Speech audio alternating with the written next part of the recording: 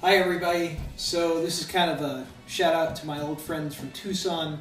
After I made my hummus video, some people asked about how I make tabbouleh, and I thought I'd go ahead and kind of do the same thing that I did with the hummus.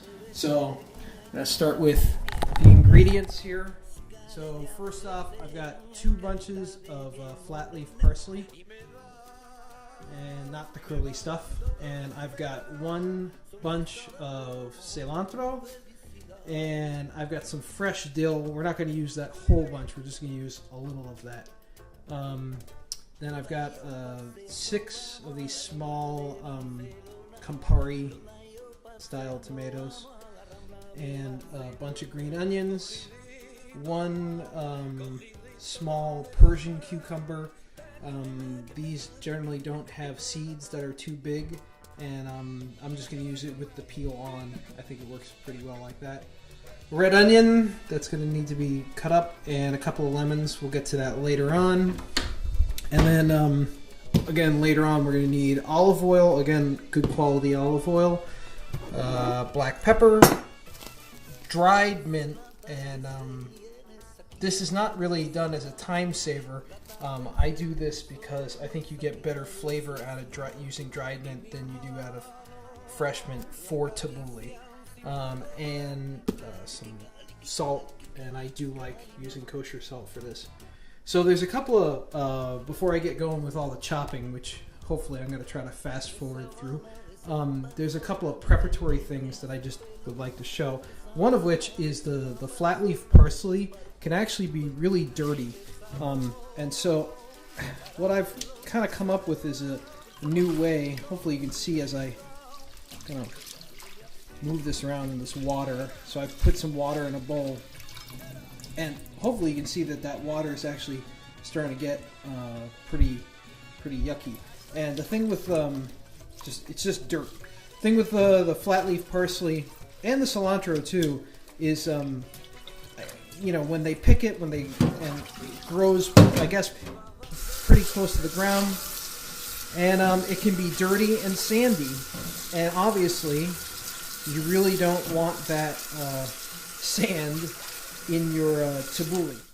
Okay, so now all my veggies are all nicely washed, and actually one thing that you want to do too before you get going with this stuff too much is use something to dry it off. It's easier to chop all this, especially the parsley and the cilantro. It's much easier to chop it when it's dry. The one thing that I know ingredient that I forgot to mention is the Bulgar Wheat. That's what makes tabbouleh. If you didn't use it, you just have parsley salad.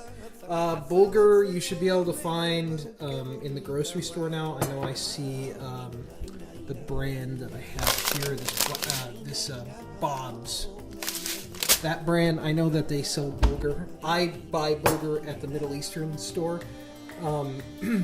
Where I get it, they sell it in 3 different grinds, maybe 4 different grinds actually.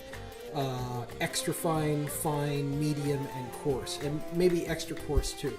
Let's see what this one kind of looks like here. I buy, like I said, the medium grind. I think my mother makes tabbouleh with the fine, whatever. It doesn't really matter. It's up to you.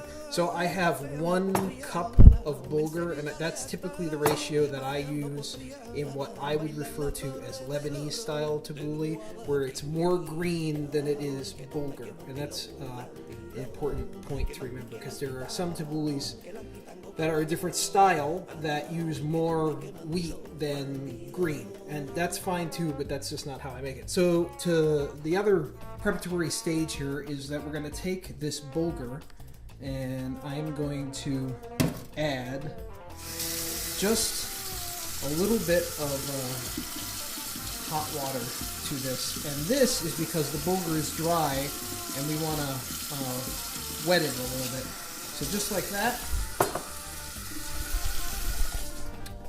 And then I'm going to take actually half of a lemon, and I'm going to squeeze that into the Bulgar too, and that will all, it'll help to soften the Bulgar, the warm water, and the lemon will help to add some of the lemon flavor that's going to be in the tabbouleh anyways, and get that directly into the bulgur. Okay, so now I have my mixed up bulgur here. Hopefully you can see it's not like sopping wet. There's not water oozing out of it. There's just enough water to help start to soften it. You don't need to cook this in boiling water. That's going to be too done for the salad, because as this sits in the salad, it'll get more and more soft. Okay, so now we get to the fun stage of making tabbouleh, which means all of this stuff needs to be cut up. And when I say cut up, I mean cut up by hand.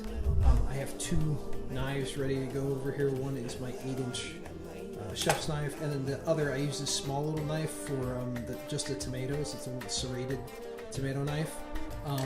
That helps save my big knife for the big stuff.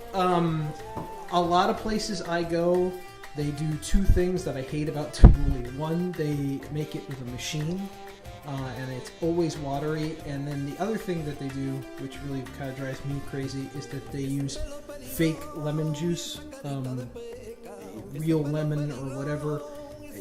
For me, it just ruins it. I'm so accustomed to the taste of real lemon juice and to having everything cut by hand that I personally think it makes a big difference. So now I'm going to go ahead and I'm going to cut everything. And the idea here being that I'm going to hopefully fast forward through all of this video so that we can get to the end, and I'll show you what each component looks like the way I cut it.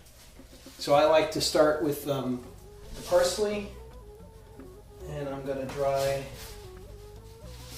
this off to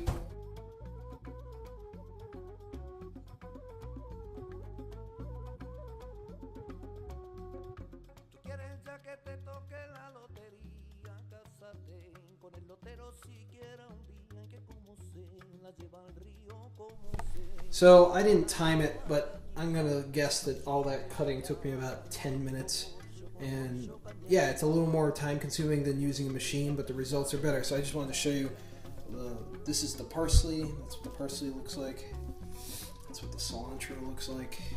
That's what the dill looks like cut up. The cuke. The tomato. See, those tomato pieces aren't super small. The green onion rounds and my red onion. At this point, this is what my tabbouleh looks like. It is not ready yet, but it's on its way. Next, I have out my lemon juicer, because the lemons that I got, this one in particular, is huge. So I'm going to go ahead and use the juicer to get that ready. Okay, so now I'm almost ready to finish up the assembly of the tabbouleh.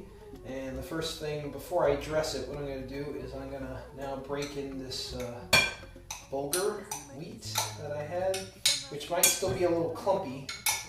So I'm going to try to break down those clumps a little bit with my spoon. Now I'm going to incorporate in that bulgur with everything else before I start to dress it. And the reason why I do that is because the bulgur has a habit of soaking up any of the liquid that you pour on it. So if you just immediately start to dress it without trying to mix that bulgur in, you don't really wind up dressing the salad, the tabbouleh.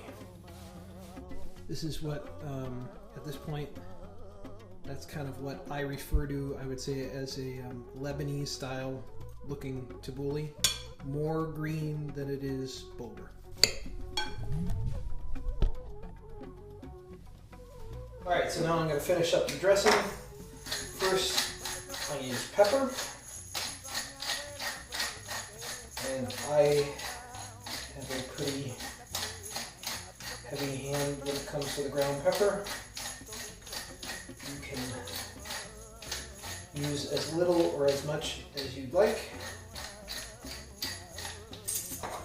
Also, I know certain Middle Eastern cultures use ground allspice. Alright, before I do that, this is the dried mint, and I'm going to use probably 3 large pinches of the dried mint. Now I'm going to dump my lemon in here. Hopefully those 2 mammoth lemons I had are enough. Might not be. Might require another half of a lemon. And I've got some salt here, which I'm probably putting about a teaspoon, no, 2 teaspoons of.